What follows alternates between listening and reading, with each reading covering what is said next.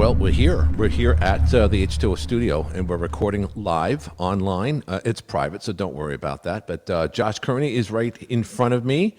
There's Josh with his Met shirt. The Mets are on a roll these days, Josh. That's what I hear. Yeah, and that's me in the dark once again, talking to you from this side of the table, overlooking beautiful Public Square. And you can't see it from this angle, but they're selling things on Public Square. A lot of young people out there soliciting something for, I believe, a local church on Public Square, right where we are here in the center of it. So today, Josh, what is today's theme? What are we talking about today? Today's theme is your unfortunate and common unconscious urge to want to remain safe. So I wanted to keep Glenn safe from me, regardless. See, that's what I'm talking about. Yeah. Okay. Yeah. Regardless of.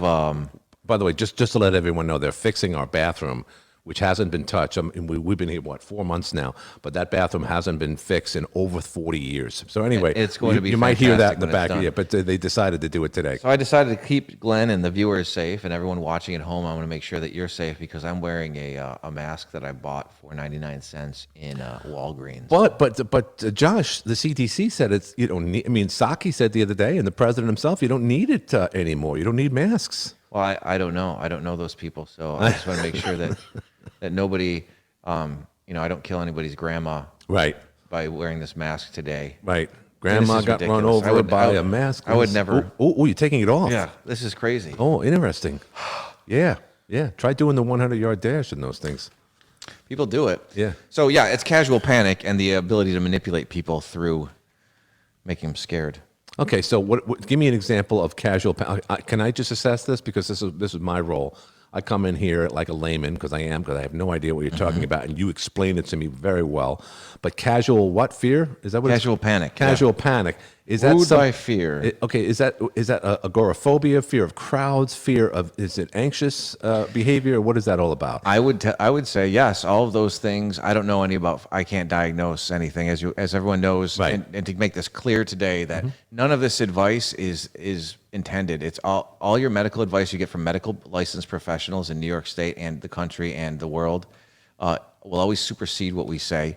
You've got to listen to your doctors. And there's people that talk about and diagnose things like phobias and things like that. And those folks and I we're in two different industries. So what we're talking about here is just giving you a clue on how to adjust your behavior and have a more pleasant life. So I would say that it's misallocated, right? Misallocated survival instinct. Okay. Which puts a lot of stress on people. It does. But so if I'm getting up in the morning, are people fearful of getting on the bus, getting into traffic, running out of gas, seeing the boss, getting in late every day or at that particular day because of traffic? What's the fear here? It's all of the above. Okay. The motivating factor being that you're going to die. And at the base of it, the root of it is that you're going to die if you don't do X, Y, or Z. So it's the carrot. It's actually the stick in relation to the carrot. So it's a carrot or stick, you're looking at the stick. So either you wear a mask or you're a bad person because everybody around you could die. And I don't know one way or the other. And whenever it's appropriate, I want to make sure that everyone knows when it's appropriate, I do follow the guidelines. And so does Glenn. We follow the guidelines as to what the mandates are.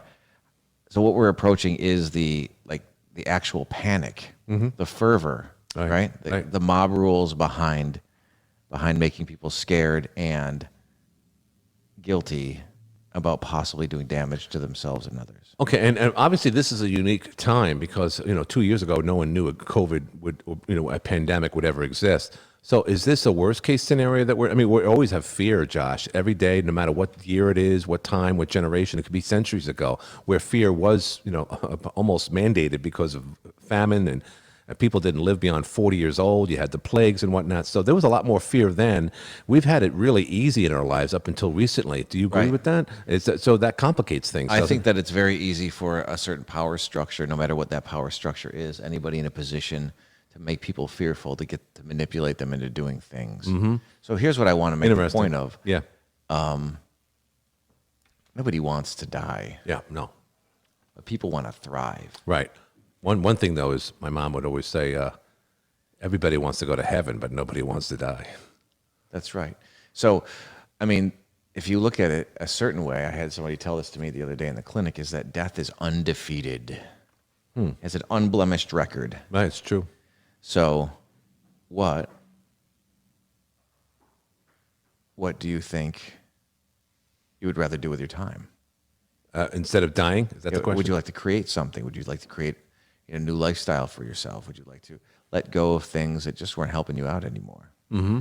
So I labeled this casual fear today because it happens quite consistently in motivating people to do things, both people you know and people that are not known to you and that are great shadows out in the future or out in the distance somewhere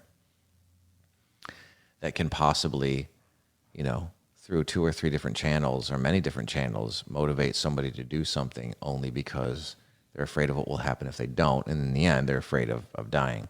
So just to give you a heads up, we are offline on Twitch now, which means the battery's probably expired. Is that what happened? Yep. Oh, man. That's okay. We had a good run. He got a new camera phone, too. I convinced him to get the Samsung S21 Ultra. Great camera, It's the best camera I've ever seen. Yeah, it really is. You can get images of the moon without any problems whatsoever. You can see the Chinese the Chinese just landed on Mars with a rover of their own. Is that what they're saying? Yeah. Oh, by the way, real quick, the other big news that no one's even, because we're so enamored with all the other political stories, Tucker Carlson's showing video of aliens off the coast of San Diego. I don't know if you saw anything. Should we be fearful of that, Josh? Well, when I was in San Diego, we were surrounded by aliens. Yeah. So Good I'm not point. really worried about that. Now, that's a good point. Good point. All right, so fear this time of year. So what do you want to be pandemic. afraid of? Do you really think that it's going to make you feel better if you somehow take some desperate steps to not die in a certain situation? Like, what are you trying to avoid? Is it really bullets flying downrange, or is it just you imagining that if you do or don't do something that you're going to suffer? I don't know that. I don't know the answer to that question. I do know that a lot of people these days, because of the divide that we have, don't like to make eye contact anymore. I noticed that, Josh. Is that part of fear too? We kind of avoid each other. I think that's more of self-absorption. But Yeah. I know that yesterday I was in the store and I was so incredibly close to the salesperson, I was looking over his head quite a bit because it seemed like our noses were going to touch if we got any closer. Really? Yeah, it was very strange. I don't get that. Explain that. What I'm saying is, like, we were sitting in a situation like you and I are now across the table from each other. Yeah. And just the way that they had the table situated, he was like right here. And I was just like, no, I know what this guy had for breakfast. Yeah. You know, I can see into his soul practically from this distance. I would like to have a break. So I kept trying to stand up and stand behind a chair. But I do realize, and you do realize, that when somebody is not focused on something else in front of them, they're focused on the inside. And that's where the stress and the fear get really bad. By the way, I not for nothing, Josh, but I'm looking at you, man. I made references before. You look like Michael Douglas, but today you almost look like Joe Namath. Young Joe Namath, 1969, or Joe Namath, 2009? Definitely not 2009, and definitely not when he wanted to kiss the girl live on Monday Night Football. That was wild, and she's very kissable. Hey, So well, he was wearing a fur coat, remember? Yeah, I don't care what the Jets' chances are. I just want to kiss you. That's exactly right. I don't care, America. I don't care what the Jets' chances are. I just want to kiss you. Yeah, right. Are you a Jet fan, by the way? Considering you were a Met fan, they go hand in hand. I'm not, and it's funny. We can even tie this into anchors from when you're a kid. I'm a Mets fan due to totally in part to the fact that I got a sticker book. They used to have these sticker books in the early '80s when you were a kid. I was a kid. I was like 6, 7 years old. And you would buy at the grocery store. You could buy packs of stickers like baseball cards, but they went into they were coordinated by number into the sticker book. So you wanted to collect as many as you could. Right. And I think I was only 6 or 7. It was the year that George Foster came to the Mets. Yeah. So we had Gary Carter then and George Foster. George Foster moved on before the Mets really put it to anybody. Right. And they had Darryl, and then the next year they had Gooden. Yeah, Gooden was my favorite player. Was he really? By far. And I had the additional emotional anchors to, if you think about how these things tie in together. That was the summer before my Polish grandmother died, and she was at home. She wouldn't go to the hospital. So she was in a lot of pain, and she had this special recliner that she would sit in. It's still in my dad's house, which I think is a little creepy. No, that's cool. It's an heirloom. Right? It's part of the family. Grandma died here. It smells like death. So on Sundays, I would go over there and hang out, and during the summer, that summer of '86, and we'd watch Met games on WWOR. Yeah, WR. Well, it was WWOR. Was it? Back I then. thought it was just Yeah. W. I only remember because just Howard remember Stern War. was on there too. Yeah. So, yeah, so that's how the Mets came about. So I got interested in them just because of that. And there was a guy down the street from me who's actually a pretty cool. I think he's a GM of a hockey team now. Really? He grew up a block from me. He was that family was just they're sports maniacs. They're all Yankee fans. They had this poodle named Reggie for Reggie Jackson, and I couldn't get away from them inundating me with Yankee rhetoric. Oh, that's why you have so much hate for the Yankees. It's not because just of that. It's not just him, but it was a neighborhood full of hymns. Yeah. A neighborhood full of hymns. And I love Don Mattingly. I think I would so much have rather had Don Mattingly than Keith Hernandez. Yeah, And Keith if Keith Hernandez. is watching this, it's just don't take it personally. Yeah, he will. I don't like his He's not mustache watching, either. don't worry about it. Yeah, He yeah. will someday. Yeah. Someday he'll see this and he'll know. But geez, I really wish Josh and Glenn would speak more highly of me. Yeah. Well, you got to the point where you thought he was a bad influence on a lot of the I think players. he because most definitely there was. a If you party. read that biography of that team, mostly it's about Davy Johnson and his Davey. he was great and he was a loose cannon, but also it was also about how Keith Hernandez would take these young guys out and Yeah. get them drugged up and have them chase hookers and And he smoked. He smoked during the games, Keith Hernandez did. Yeah, he was a smoke. Well, how do you think I felt? I was a Yankee fan living in Queens. I mean, I was surrounded by Met fans. that's so. your fault. That's 100% your fault. You lived in Queens and you cheered for the wrong team. No, not at all. No, I'm so glad I did because look at the results. I mean, What were the results? You had no Results of the- titles in the 80s. well, no titles in the 80s. That was a lame time. But worse was in the early 90s. But we certainly made up for that. We've been in the playoffs other than In 94, you guys the were really Mets good. were just atrocious. 94, there was the strike season. Yeah, but 94, your team was extremely good.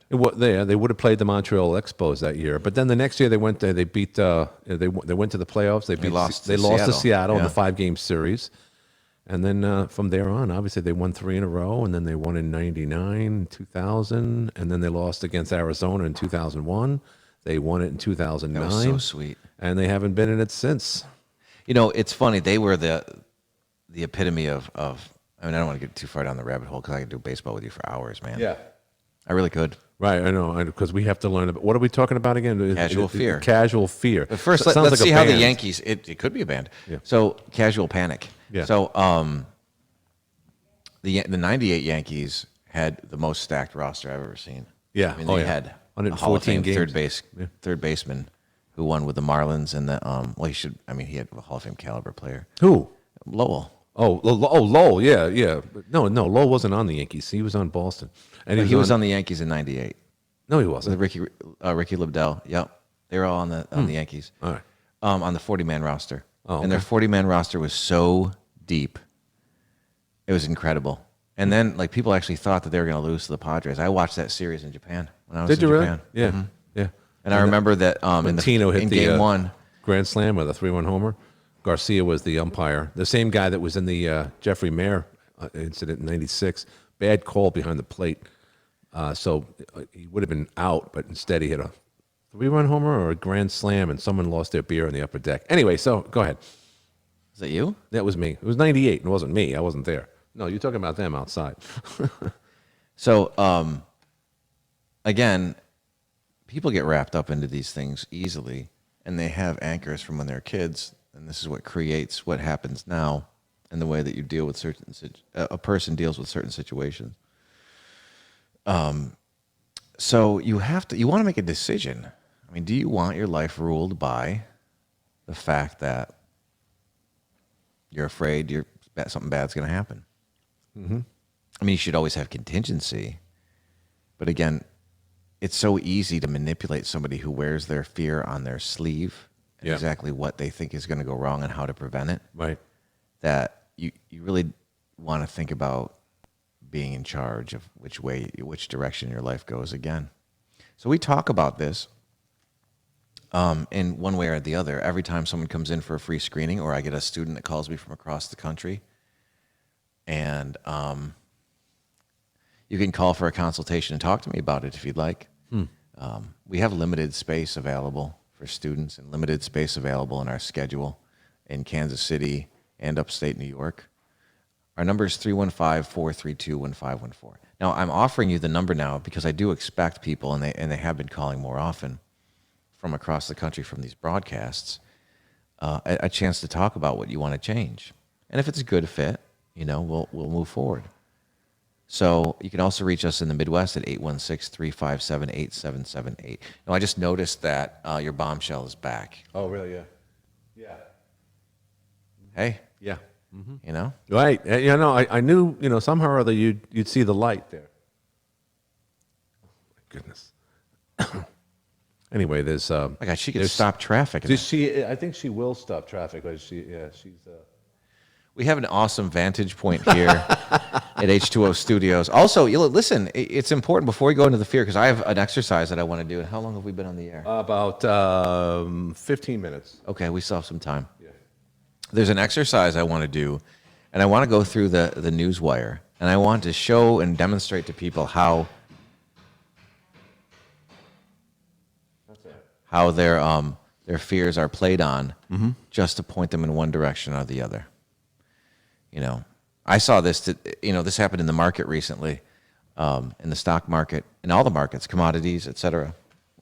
Most of the news today is at this time, and we're in mid-May of 2021 here.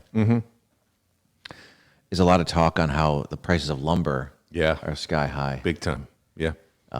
Building a birdhouse is expensive. Like people that would never even have thought of building something are now, talking openly about, the sky is falling because lumber is so high. But lumber's been low before. As a matter of fact, it hit an all-time low last summer. Did it really? Yeah, because the lack of building. These people like sprinting to Home Depot to buy them out of lumber. Right.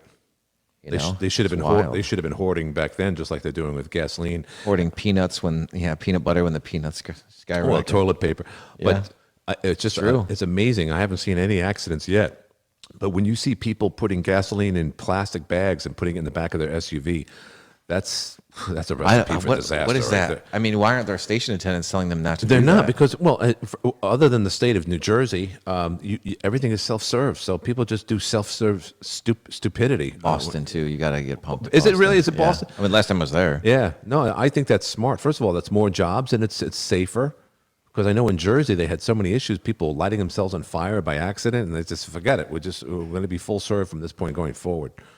I thought they just maybe had some of the Sopranos in the legislature. Yeah. So, Christopher, or someone getting rolled over right in the park, right there. I don't even see the panic. I don't see the problem with lumber. I don't see the problem with gas. I mean, like 15 years ago, gas was sky high, and people still went on vacation. Right. And the dollar was way stronger back then. Yeah, but the difference here is that last year, just like you were talking about lumber, last year it was under $2. Now it's like it's up $4 in certain areas. Like they hijacked the pipeline. Yeah, and what? I know we're off the beaten path, but the energy director or whoever's working for Biden right now, attractive woman, she said, "Geez, if you had an electric car, you wouldn't have to worry about it." That's that guy from Pennsylvania. No, it was a female. Just joking. Yeah. Oh, no, yeah. The guy. Yeah, that's the assistant. What are you scared of, America? Well, I tell you what, I'd be scared.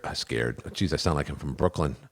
I'm afraid of the policies that are coming out of Washington these days. And I'm not even a father, and you're a father, Josh. Yeah. So you must be, along with your wife, must be worried about what are they trying to teach your kids? Okay, so what should we be worried about? Well, I mean, again, you and I are creatures of the 20th century, even though there's a difference in terms of age. We're not 20th, much, not much. Same generation. We associate it with the same type of things and so forth. And now it just seems like that's all going away. And there's a lot of people that want this to happen. There's divide in the country. But my point is this. Which side are we on anymore? It's not just white or black anymore. There's a lot of people who look like me who want me to go away too. So I'm fearful of that. I'm just talking on my own recognizance right now. Well, this is exactly what we're playing into today, and why I'm going to open up the news feed in a second. You're exactly right. That's 100% right.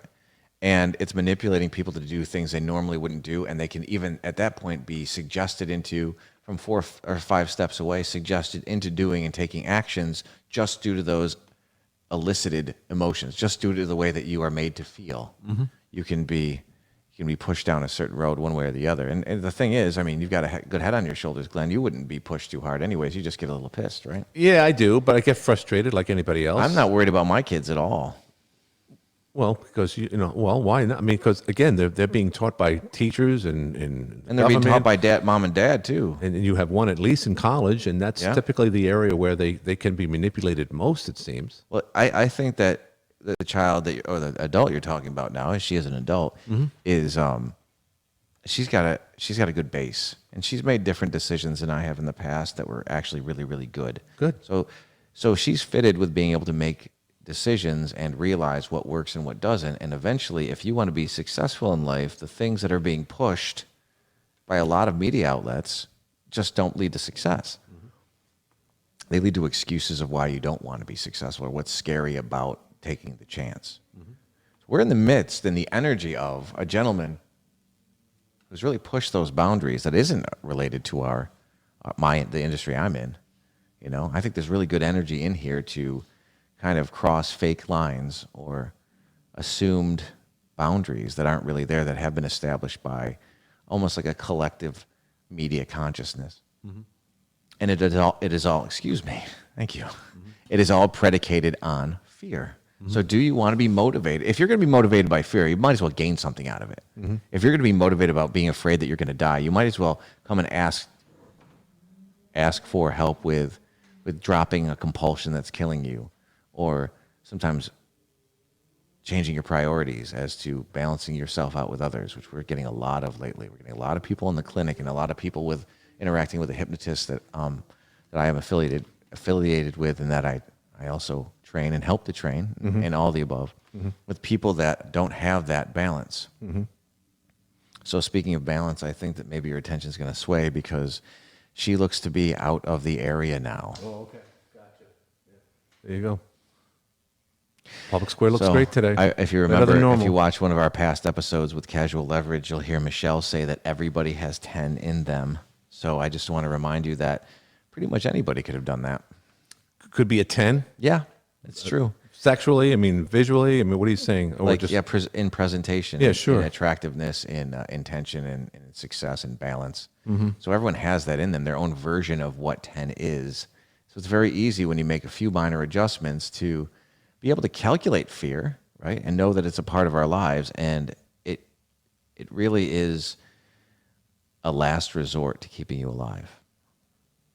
So Well, they talk about self-preservation. I mean, if a big dog's coming at you, or that's that's when you realize how Yeah. you can run faster than you ever. I mean, look But at all. BuzzFeed isn't sending you a dog towards you. Well, no, but just like in the 9/11, where you saw a lot of older people running away from the falling buildings, I don't think they ever ran that fast in their lives, but they did that day. So it is human nature to preserve ourselves in the worst case scenarios, and we don't know we have that until it happens. Here you go. Slate.com. Slate. 2 hours ago, Walmart, Trader Joe's, and Costco no longer require masks for customers. Interesting. And the biggest reason why? Because their employees are tired of enforcing it, and I don't blame them. I think that also that they were manipulated into that. But I want to say this right now. Slate isn't supporting that article. I read further into it, which I'm not going to, but I mean, you could look up the article yourself here. Right. They're condemning those businesses for not demanding What's masks. Slate? I don't know what Slate is. It's a far leftist. Oh, okay, gotcha. Outlet. Yeah, like Huffington Post or something of that.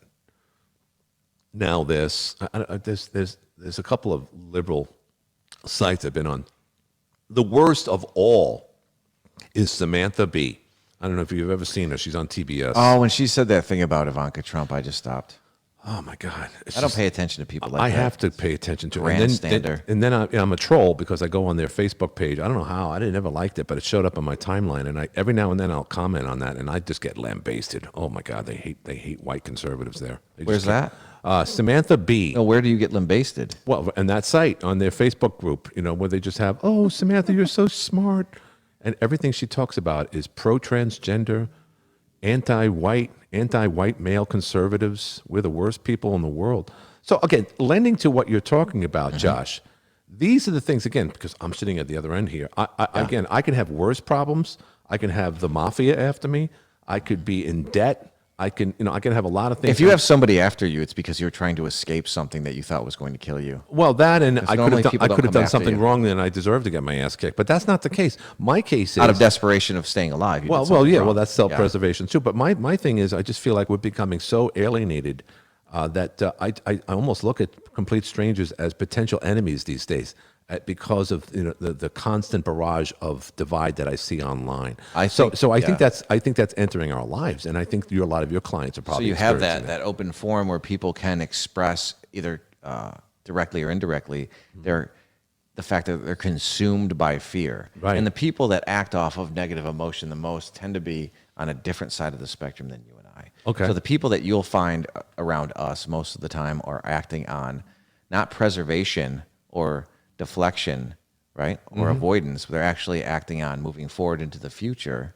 The people that are successful move forward into the future towards their goal, towards what their body will look like. I had a weight loss client hit a plateau until she added calories to her diet. And Wow. you think, what the hell is that? Well, she had more movement then, and she got more excited about exercise. She had more energy, and then she just jumped into the exact body that she wanted to have. Isn't that something? So you go through the frustration, you step through the obstacle into the new version of your life, rather than try to run around and avoid things that might hurt you. So right now, I just want to point this out. Right now out in the square, I don't know if you have a shot of this, we have an actual protest that has replaced the Christians that were out there. And now we've got So folks that are rallying against human trafficking, which is a necessary rally. yeah, again, I don't know if they're going to get anywhere here in Watertown, New York, but hey, all the power to you. I think they rent the square out so you can actually... Free speech? No, I think they just show up. Well, it's weird because whatever time Eminent it is... domain. The Christians moved out and 2 minutes later, the Girl Scouts, the human traffic protesters, actually moved right in. Get out of here. Like that. They just happened. I watched them. They lined up on the sidewalk here and waited for the Christians to move that way. Right, and in the process, of course, the legs left. There were some legs here earlier. I know, whatever. So, and that's really what I wanted to focus on: how casual fear has become, with less direction towards building a life and needing to take action to build a life. It's become more and more comfortable, and there's no question that this was almost a necessary year and a half to kind of weed out the people that were going to be on the government drip. Yeah, true. Versus Reset. the people that were going to use it as an opportunity to become who they truly want to become. That's an interesting point. That's a very interesting point. You in the viewing, I feel bad because I say you, and when I'm saying you, folks, I'm not just talking about Glenn. Yeah, okay, yeah. A person, I'll just say a person. A person can take this opportunity, and even if you chose the former, you can still jump into prosperity and make that decision just as soon as you have the epiphany, and maybe this conversation hits you the right way. Maybe those suggestions kind of light up your neurology, and you do feel like getting up and moving. You feel like getting up and moving towards what your ultimate goal is. You know. What is the ultimate goal for most people that you deal with on a regular basis, or your clients? They want to lose weight. They don't want to stop. They're not saying it. They're not saying it directly to me, but in the end, they just want to be the best version of themselves. Now, there's something that is a great rallying cry that I love to say in the right moments, and I think this is the right moment. And I have some students that are very energetic, and they're very they're quite easy to motivate because they have common goals with people, and they want to do well. And it is that there's no nobility in losing. There's no nobility in being fearful. There's no nobility in losing or being poor, right? So, I've been in both spaces, just like anybody else that's been in our industry, that it would sit here and speak to you candidly about what you want to change and be a good audience for you, that would audience you and the things you really want. We've been in both situations, all of us.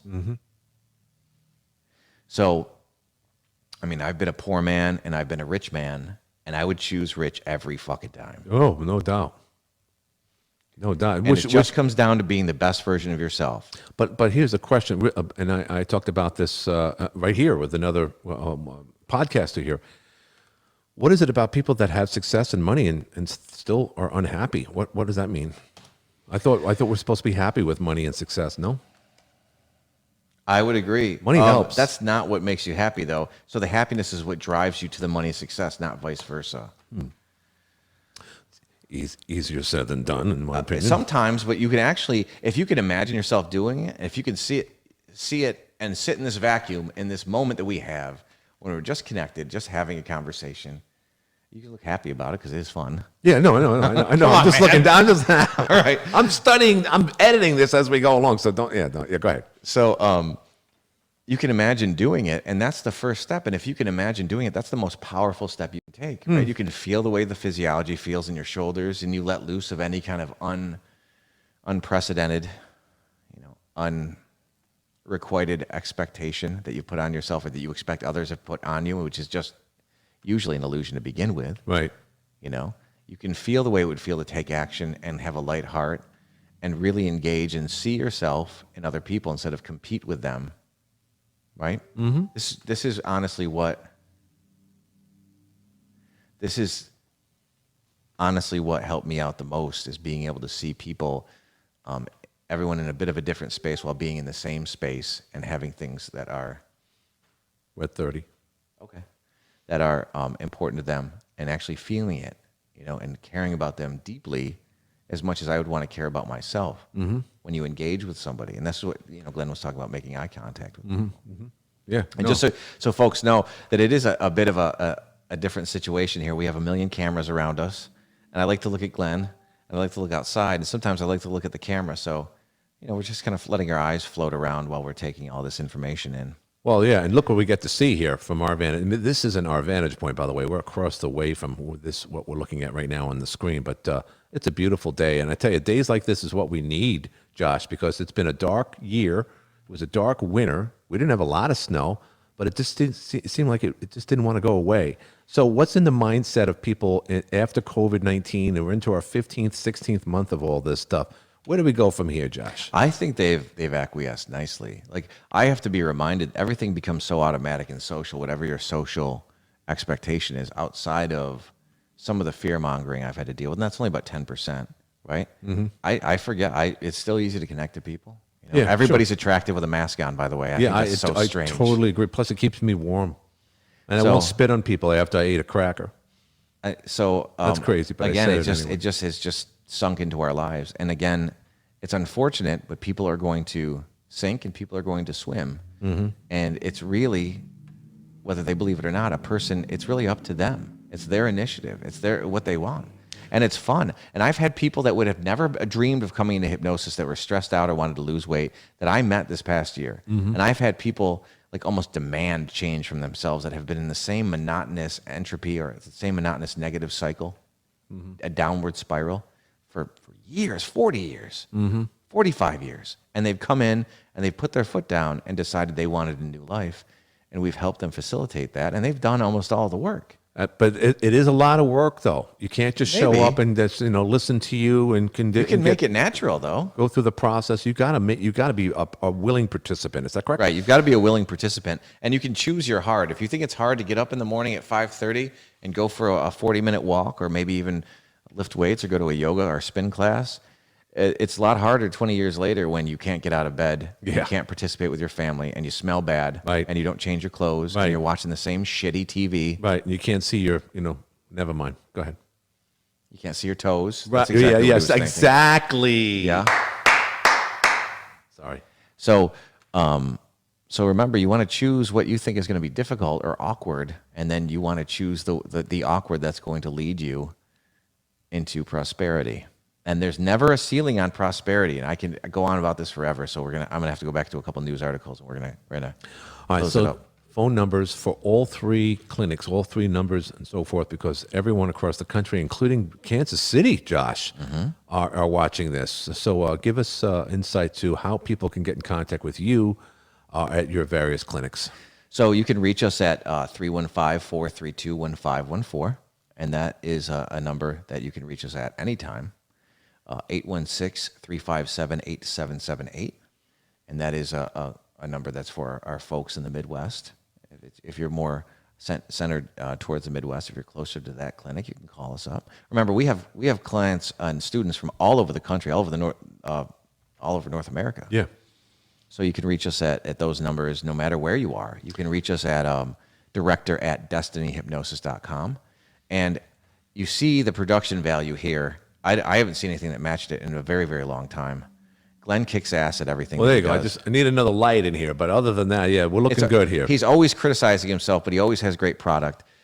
His number is 315-783-7903. 315. I can't hypnotize you though. 315-783-7903 for H2O Studios. Right.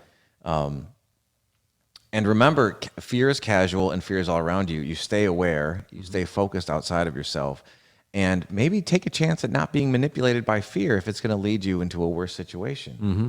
You know, just a few more. I just have a few more articles I want to read to Glenn from other outlets. Heart study: low and regular dose aspirin safe and effective, sponsored by Bayer. Mm-hmm. Neuroscience professor removed from APA discussion after saying there are only 2 genders. Yeah, right. Yeah, that's what I'm talking about. You love that. Yeah, he was let go because he told the truth. I'm a staunch Republican. Right. My boyfriend's friends hate me. Yeah, right, exactly. Yes. Talk about fear. That's what's happening. Peer pressure. It's true. I love that. We should have dictate that whole article onto something. Starbucks barista fired for tweeting customers' crazy order speaks out. Mm-hmm. Pfizer and Moderna shots are powerfully effective against COVID, analysis says. I mean, they produce one of those articles every day for the last, 8 months. Right. And again, I know I'm getting political here, but the big story that no one's talking about other than aliens off the coast of San Diego is Anthony Fauci was allegedly provided funding towards the same lab in Wuhan that unleashed COVID-19. There's more than just him. So, wait, there's one more. You've got to hear this one. You love this, Glenn. You're going to love this. This is BuzzFeed News. BuzzFeed. We found Joe Biden's secret Venmo. Oh, really? Huh. Here's why that's a privacy nightmare. Yeah, because all the monies that Hunter would give him by way of Venmo. And it wasn't cab fare. Okay, so here's one that will definitely motivate you through fear, folks. Bald eagles are back. Yeah, there you go. Freedom still exists in the eyes of the most iconic animal, bird, who represents this country. But to many, he's a symbol of hatred. Well, bald eagles are back. Right. And they want to eat your pets. Well, yeah, that's true too. So Ospreys, the same thing. We have ospreys all over here. I mean, I've never seen Fishers, somebody too. on. They want to eat your pets. I drove by. I could see this osprey flying with this huge fish in his claws. It was just tremendous. What an animal! So, again, casual hypnosis has been our topic, and the casual nature of change and happiness and prosperity, and also the casual nature of fear and loathing and stress are going to be a common topic here.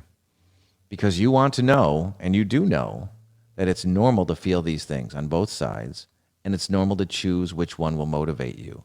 So you can be wooed into fear and panic, you can have casual panic, or you can have casual prosperity, and you can choose. And that's why we're here today. And do you think I should put my mask back on for the effect? No, that's okay. That's all right. So that's it. That's what I've got for you folks. So check us out. I'm going to do a few more plugs here. Mm-hmm. Check us out on Facebook, right? Check out our YouTube channel. We have 89 videos. Most of them are of personal success stories from other people that have come in here. They've lost weight. They've quit smoking. They've de-stressed. They've gotten rid of phobic responses. They've increased their performance, and they kept the change. That's what's key. And they want to be a part of letting you know you can get your results with us. So, Destiny, Success, and Development on Facebook, where we do a lot of things with couples, families, but more importantly and more prominently with corporate settings. We do corporate trainings, corporate consultations for free. Mm-hmm. So we have a new Twitch channel, which was on for a while, but I forgot to charge the phone, so you guys didn't get to see us live and screwing around listening to music. New phone, you didn't charge it. It's not charged coming out of the box, apparently. It wasn't. So, and we're doing a lot of good work with H2O Studios. Glenn has got some connections and doing some things with PBS soon, it seems. Hopefully, yeah. I got to send that email out today. Thanks for reminding me. I got that links. So for your first-class production locally here of almost any topic, you have free consultations for those as well, right?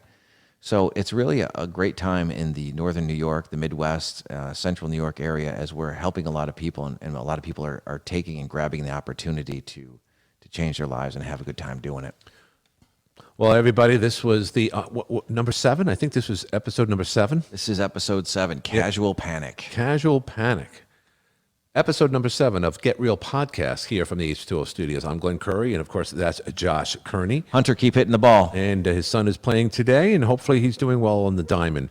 And that's Public Square, ladies and gentlemen, where it all happens. Episode 7 in the books, once again. And we hope everyone's having a good day or night, depending upon which time you've seen this from the H2O Studios. I'm Glenn Curry, along with Josh Kirnie. You have a very good day.